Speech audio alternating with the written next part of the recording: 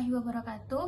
Halo teman-teman semuanya, perkenalkan nama saya Asfi Novelia Putri dari kelas 5A Farmasi dengan NIM 2248201006 akan mempresentasikan mengenai materi biostatistika dan juga praktiknya. Selamat menonton. Oke teman-teman, di sini kita akan belajar mengenai biostatistika dalam pengujian uji Bedamin, uji chi-square, dan uji regresi. Yang pertama yaitu sebelum kita melakukan pengujian tersebut, kita harus mengetahui apa itu uji normalitas, yaitu pengujian yang dilakukan untuk menentukan apakah pengujian tersebut normal atau tidak normal, di mana data normal memiliki PV atau probable value besar dari alfa, di mana nilai alfa tersebut yaitu 0,05 atau 5%. Dan data tidak normal yaitu di mana PV kecil dari alfa atau PV kecil dari 0,05 atau kecil dari 5%. Untuk melihat PV atau sig data yang akan kita gunakan untuk menentukan apakah data tersebut normal atau tidak normal, di sini terdapat dua cara, yaitu Kolmogorov-Smirnov dan juga Shapiro-Wilk. Kolmogorov-Smirnov digunakan apabila data memiliki jumlah sebesar lebih dari 50 dan menggunakan Shapiro-Wilk apabila data kecil dari 50. Selanjutnya kita masuk kepada uji Bedamin. Uji Bedamin ini terbagi menjadi dua, yaitu uji parametrik dan uji non-parametrik. Nah, untuk uji parametrik sendiri itu terbagi menjadi tiga ya teman-teman. Nah, uji parametrik ini adalah pengujian data yang normal, di mana PV-nya besar dari alfa atau besar sama dari alfa atau besar sama dengan 0,05 atau 5%. Yang pertama yaitu uji t-test dependent, di mana uji ini digunakan untuk pengujian melihat rata-rata sebelum dan juga sesudah interpretasi untuk data normal. Caranya yaitu yang pertama yaitu uji normalitas, analyze, compare means, paired, sample t-test, lalu kita nanti akan memasukkan data. Yang kedua yaitu uji t-test dependent, di mana uji ini digunakan untuk uji melihat rata-rata dua kelompok data untuk data normal. Caranya yaitu uji normalitas, analyze, compare means, independent sample t-test. Yang ketiga yaitu uji ANOVA, di mana uji ini digunakan untuk melihat rata-rata lebih dari dua kelompok data untuk data normal. Caranya yaitu uji normalitas, yang kedua yaitu dilakukan uji homogenitas, di mana uji homogenitas ini dilakukan dengan analyze, compare means, one way ANOVA, terus nanti kita masuk kepada post hoc, terus kita centang LSD, terus opsi, di opsi itu kita centang homogeneity of variance test, lalu kita continue atau kita oke kan ya teman-teman. Selanjutnya uji non-parametrik. Uji non-parametrik ini juga terdapat tiga ya teman-teman, di mana uji non-parametrik ini digunakan untuk data yang tidak normal atau di mana p-value-nya kecil dari alfa, di mana kecil dari 0,05 atau 5%. Yang pertama yaitu uji Wilcoxon, digunakan untuk melihat rata-rata sebelum atau sesudah interpretasi untuk data yang tidak normal. Caranya yaitu uji normalitas, analyze, non-parametric, to related sample, masukin data, centang Wilcoxon, lalu oke. Yang kedua yaitu Medwitty. Kegunaan dari pengujian ini yaitu uji untuk melihat rata-rata dua kelompok data untuk pengujian tidak normal. Di mana caranya itu uji normalitas, analyze, non-parametric, to independent sample, terus kita masukin data, lalu kita centang Medwitty, lalu kita oke kan. Yang ketiga yaitu uji Kruskal-Wallis, di mana kegunaan untuk uji ini yaitu melihat rata-rata lebih dari dua kelompok data untuk data yang tidak normal. Caranya yaitu kita lakukan pengujian uji normalitas, analyze, Kruskal independent sample, masukin data, lalu kita centang Kruskal-Wallis, lalu kita oke kan. Oke. Untuk catatannya teman-teman, jadi PV itu di dalam SPSS itu kita bacanya itu di SIG. Dan juga untuk setiap pengujian yang akan kita lakukan dulu uji normalitasnya untuk menentukan apakah kita akan melakukan uji parametric test ataupun non-parametric test. Oke, selanjutnya itu adalah uji chi-square, di mana uji ini merupakan uji yang dilakukan untuk menentukan perbedaan antara distribusi teoritis dan distribusi yang diamati. Caranya yaitu analyze, non-parametric, lalu nanti kita masukkan data, lalu kita okekan. Selanjutnya itu regresi linear, di mana uji statistik ini digunakan untuk menganalisis hubungan antara variabel bebas dan juga variabel terikat. Caranya yaitu kita melakukan penyesuaian variabel terlebih dahulu. Setelah itu baru kita lakukan uji regresi linear, di mana yang pertama yaitu transform, compute variabel, terus kita masukkan data, lalu kita okekan. Itu untuk penyesuaian variabelnya atau membuat variabel baru. Selanjutnya yaitu untuk melakukan uji regresi linear, kita lakukan dengan cara analyze, lalu regression, lalu nanti ada linear, lalu nanti akan ada plot, nanti kita centang normal probability plot, lalu kita okekan.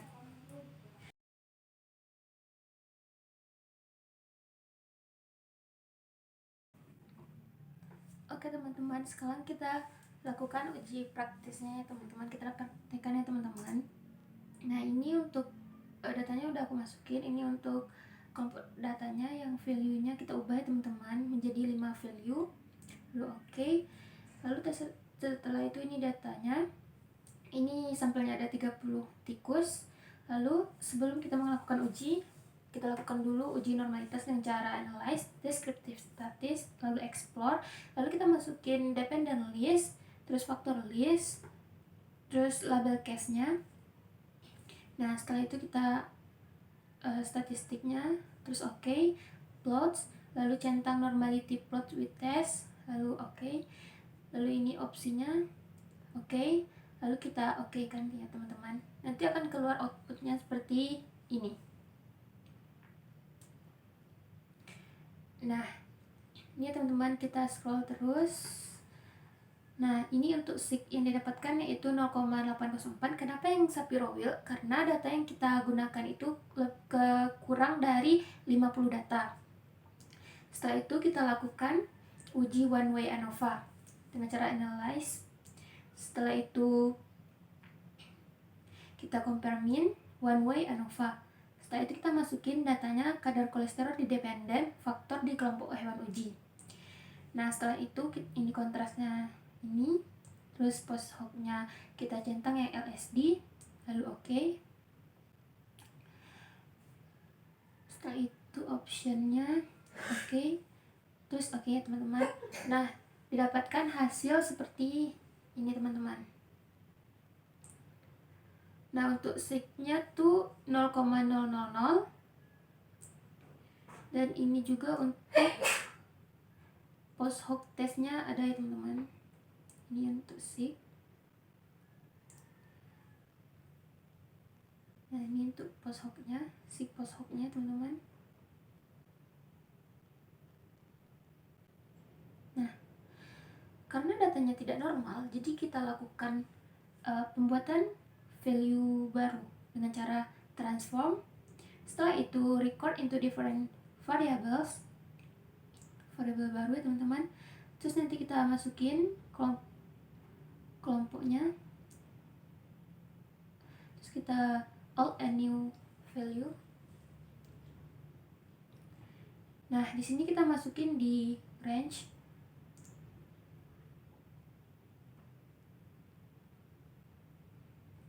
Nah range-nya tuh ini teman-teman, dari 90 hingga 119. Lalu ini value-nya value 1 ya teman-teman. Nah setelah itu kita add. Terus yang kedua yaitu dari 120, dropnya 139, lalu kita add dengan value 2, terus value 3 nya di atas 140, lalu kita add, lalu oke ya teman-teman. Nah setelah ini kita masukkan nama output variabelnya teman-teman.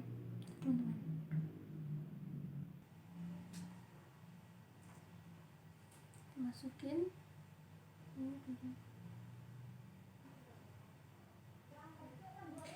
nah ini kita buat nama output variabelnya teman-teman. Kita buat kelompok kelompok 2 aja ya teman-teman biar pendek. Nah habis itu kita change oke. Nah ini untuk hasilnya ya teman-teman. Nah ini untuk hasil dari kelompok 2 yang kita transform tadi. Setelah itu kita lakukan pengujian berikutnya, yaitu uji Kruskal-Wallis. Pengujian ini dilakukan dengan cara analyze. Setelah itu non-parametric test. Setelah itu kita ambil ini, lalu ke independent sample, lalu kita masukin tes variable list, groupingnya,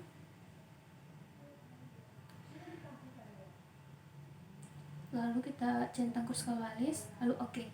Nah, ini untuk hasilnya ya teman-teman. Ini untuk hasil data yang kita dapatkan. Nah, untuk selanjutnya tuh kita lakukan pengujian Mann-Whitney dengan cara analyze, terus non-parametric test, terus kita ambil yang ini tuh independent sample, lalu kita klik ini ya teman-teman. Nah, kita masukin tes variable list yang kadar kolesterol, groupingnya tuh kita masukin yang kelompok hewan uji, kelompoknya ya teman-teman. Ntar teman-teman,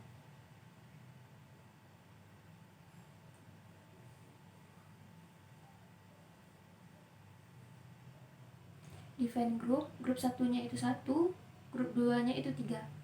Lalu oke, ini Mann-Whitney nya kita centang ya teman-teman. Lalu oke, ini hasil dari tes Mann-Whitney ya teman-teman. Nah, selanjutnya kita lakukan uji berikutnya ya teman-teman, yaitu uji chi-square. Ini untuk datanya sudah dimasukin ya teman-teman. Kita buat dulu labelnya. Ini responden, terus jenis kelamin, terus ini penurunan kadar kolesterol.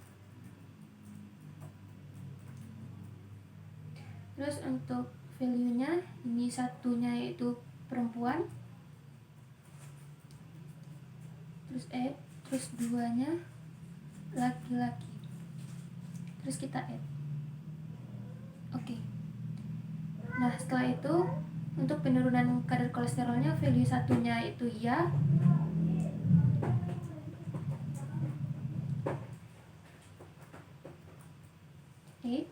lalu value 2-nya tidak.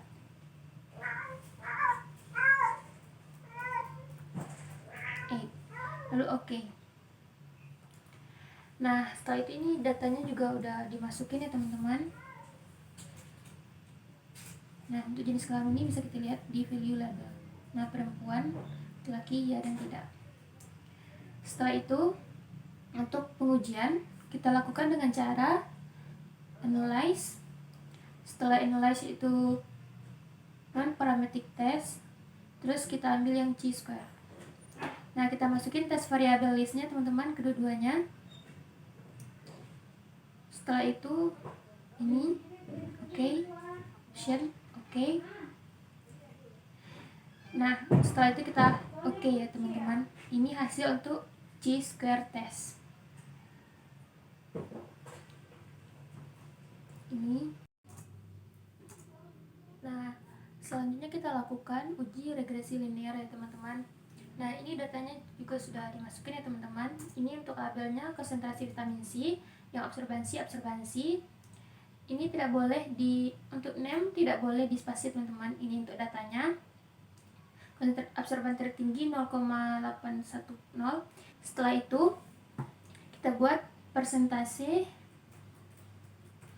konsentrasi. Nah, ini tidak boleh di spasi juga ya teman-teman. Rumusnya tuh yaitu konsentrasi tertinggi kita itu 0,810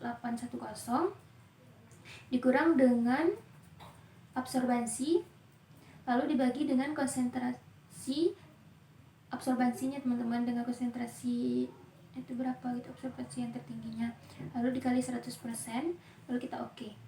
Nah, ini untuk hasil dari presentasi konsentrasinya ya teman-teman. Setelah itu baru kita lakukan regresi linear dengan cara analyze, lalu regression, lalu linear, lalu kita masukin dependennya dan independennya teman-teman. Nah, presentasi di sini dan independen pun di sini. Untuk statistiknya ini ya teman-teman. Terus untuk plotnya tuh Kita centang aja histogram sama normal, probability plot, terus oke. Setelah itu oke. Kita besarin dulu. Nah, ini untuk hasil dari regresiannya ya teman-teman dengan metode enter. Ini dapat standar errornya. Ini juga didapatkan sigma 0,0000. Koefisiennya 0,01 untuk yang konstan dan konsentrasi vitamin C-nya 0,000. Ini untuk residual statistiknya ya teman-teman. Ini standar deviasinya. Setelah itu ini ada histogram dari persentase konsentrasi. Lalu ini juga ada regresi standar residual kurvanya teman-teman. Mungkin sekian presentasi dari saya, semoga bermanfaat, dan kalau ada kata-kata yang salah saya mohon maaf. Assalamualaikum warahmatullahi wabarakatuh. Ya teman-teman.